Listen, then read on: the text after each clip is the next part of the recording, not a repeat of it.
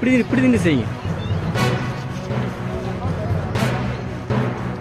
என்ன அடைஞ்சு அங்கிருந்து கை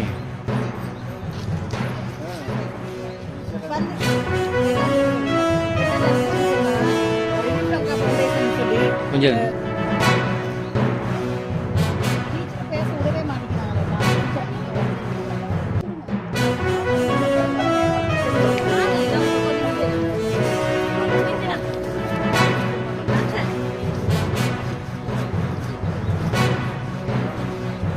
அப்படி அப்படி அப்படி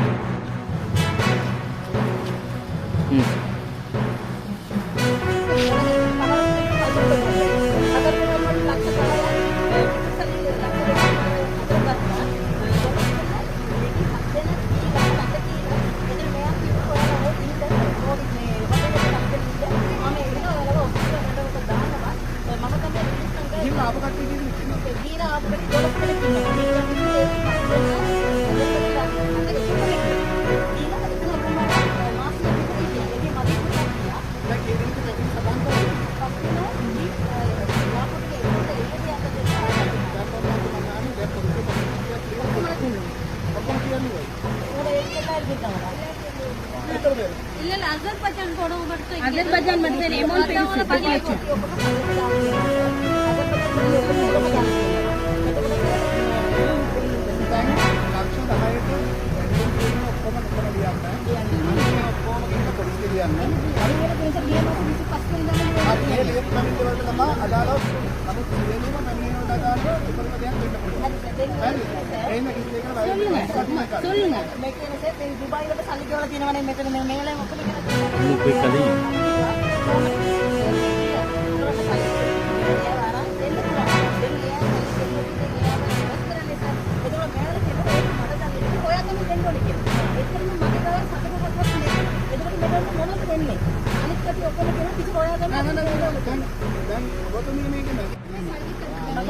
හරි එතකොට ඔබතුමීටත් අධිකරණයේ ඉස්සරහ අපිට මේ කරුණු කියන්න වෙනවා. හරි දැනට ඔයාලා වෙනස් කරන්න යනවා.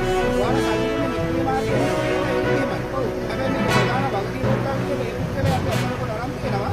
අනාගතේ මම දන්නේ ඔබතුමීවත් ගන්න වෙන්නේ කියලා. නමුත් අපි දැනට කටයුතු කරගෙන යන හින්දා ඔයාලා මෙයාව මේ ආයතනයකට කරගන්න එපා. දැනට තියෙන කාරණා ටික දෙන්න. අපි ඊට පස්සේ ඉතුරු කරන්නේ මොකක්ද කියලා කියන්න. හරි. ඔව්. මාරයි ඉස්සරහට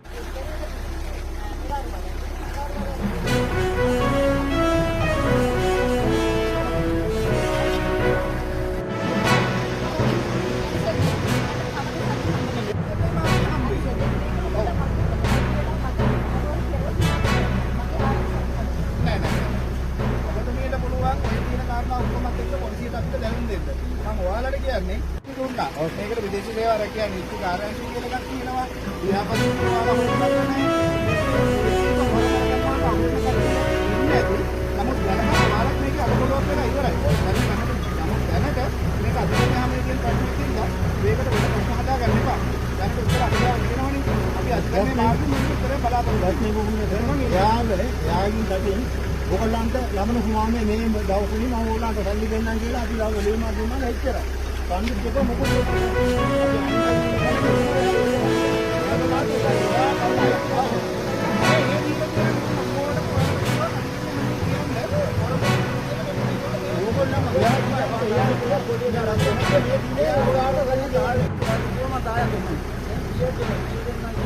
ඕනනම් දැනට මේ කරන අධිකරණ ක්‍රියාමාර්ගවලින් පස්සේ ඒක වශයෙන් මෙයාට විරුද්ධව පැමිණිලි දාන්න ඕන නම් ඒවත් දාන්න. හරි සර්. ඔව්.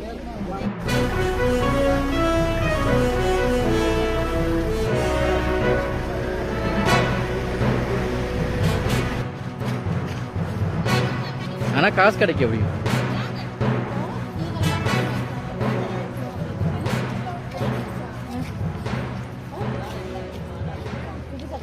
சிங்களத்துல கட்டணம் கொடுக்க மாட்டீங்களா?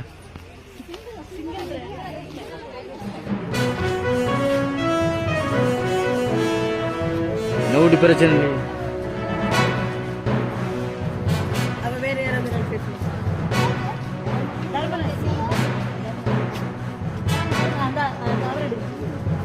இதுல மத்தவங்க பாதிக்கப்பட்டவங்க சொல்லிட்டா மத்தவங்க பாதிக்கப்பட்டவங்க வயசு கட்டணும். நாங்கள் அப்பத்தில் ஊர் ஓ அப்பத்தில் ஊர் நாங்கள் முதல்ல அண்ணா வந்துருக்காரு மிஸ் நாங்கள் சொன்னாங்க துபாய் வேலை இருக்கு நீங்கள் போறீங்களா அப்படின்னு சொல்லி மிஸ் சரி மிஸ் அப்படின்னா அப்புறம் அதுக்கப்புறம் அசர்பைஜானுக்கு வேலை இருக்குது நீங்கள் நல்ல சம்பளம் 8 லட்சம் 9 லட்சம் சம்பளம் இருக்குன்னு அப்புறம் நாங்கள் அதுக்காக காசு கட்டணும் வீல்லாம் வச்சு எவ்வளவு தம்பி கட்டிடுறீங்க காசு? காசு கட்டிருக்கோம் 13,80,000 ரூபா அது கட்டியிருக்கோம். இப்படி விசாவெல்லாம் எடுத்தது பொய்யான ஒரு விசாவெல்லாம் சாதாரண 12 லட்சம் தான் 12 லட்சம் தான் 12,000 வெறும் 12,000 ரூபா சொல்லி பேச அந்த அளவுக்கு வெறுப்போம். போலீஸால ஏன் கவர்மெண்டால ஏன் நடவடிக்கை கை பேச கூட விட மாட்டேங்கிறாங்க அந்த ரிட்டர்ன் போலீஸ்ல. அதான் மினிஸ்டர் இப்போ நீங்க 15,000 கட்டி இருக்கிறீங்க, 15 லட்சம் கட்டிடுங்க. 15 லட்சம் கட்டி இப்போ உங்களை ஏமாத்திட்டாங்க. இது சம்பந்தம் ஏன் சட்ட நடவடிக்கை எடுக்க மாட்டேங்குது? ஏன் சரியான டேட் அவன் பேச வைக்க மாட்டேங்குது? ஏன் நாங்க அடிச்சு கொண்டுருவோமா? பார்க்க கூட விட மாட்டேங்கிறாங்க. ஏன் என்ன அவதூறுகள்? சட்டம் இது சட்டம் பேசுமா? அவன் சட்டம் தான் சட்டத்தால வச்சு பேசுறான். எந்த சட்டம் இல்ல? நீ கவர்மெண்ட் எங்க போய் ஏர்போர்ட்ல டியூட்டி, ஆர்மி டியூட்டி, கெப்டிக்குள்ள டியூட்டி, என்ன டியூட்டி செய்யறான்? நீங்க ஒரு டியூட்டியும் இல்ல, ஒரு இதுவும் இல்ல. ரிட்டர்ன் போலீஸ் சட்டத்துப்படியா தான் நாங்க வந்தோம். ஏன் பேச எங்களால வைக்கல? நாங்க அடிப்போமா தின்றுவோமா? சட்டப்பாளையா கொண்டுட்டு போறா போலீஸால சொல்றான். என்ன போலீஸ் நான் பேசுற போலீஸ் என்னால ஏழு போலீஸால அவன் போலீஸ் சரியான போலீஸா இருந்தா பேச வைக்கணுங்க. ஏன் சரியா அவன் கூட்டு போய் தெரியாம கூட்டிட்டு போறான்? இல்ல இது போலீஸா? கவர்மெண்ட் தான் பதில் சொல்லணும். எங்களால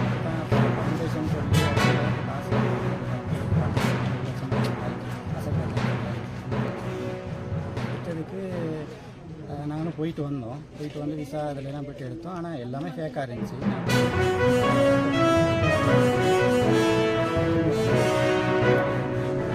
எவ்வளோ காசு கட்டியிருக்கிறீங்க? 12 லட்சம். இப்போ கடைசியில் உங்களை ஏமாத்திட்டாங்க. ரைட். சொல்லி ஒருத்தர் வந்தாரு. அவர் சொன்ன பெயர் வந்து ஆசிக் முகமது. ஆனா அவர் பேர் வந்து ஆசிக் முகமது இல்ல. அவர் வந்து ஆசிக் முகமதுன்னு சொல்லி மலையகத்துல எல்லாருக்கும் நிறைய வேலை செய்ய போறதாவும், நிரந்தர வாழ்வாதாரத்தை கொடுக்க போறதாவும், ஏழைகளுக்காக உதவி செய்ய போறேன்னு சொல்லி தான் வந்தாரு.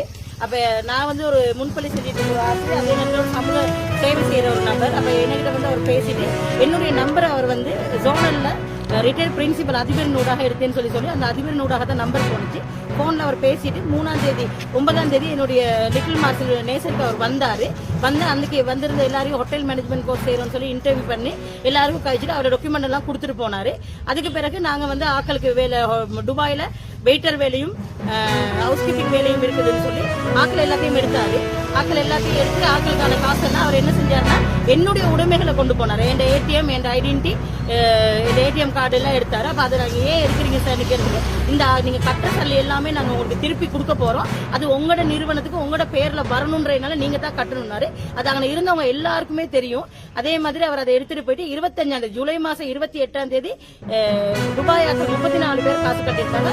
பெண்கள் 5 பேர் கட்டியிருந்தாங்க. அவங்களுக்கான டிக்கெட் காலையில 4 மணில இருந்து ஈவினிங் வரைக்கும் இருக்கு அப்படின்னு சொன்னாரு. பிளைட் சொல்லி அந்த தகவலையும் கொடுத்தோம். 18 பேருக்கு அவர் துபாயில இருந்து பேக் எக்ரிமெண்ட் இதுதான் அப்படின்னு சொல்லி அனுப்பி அதையும் நாங்க அவங்களுக்கு சைன் பண்ணி கொடுத்தோம். அதுக்கான ஆதாரங்கள் இருக்குது. அதை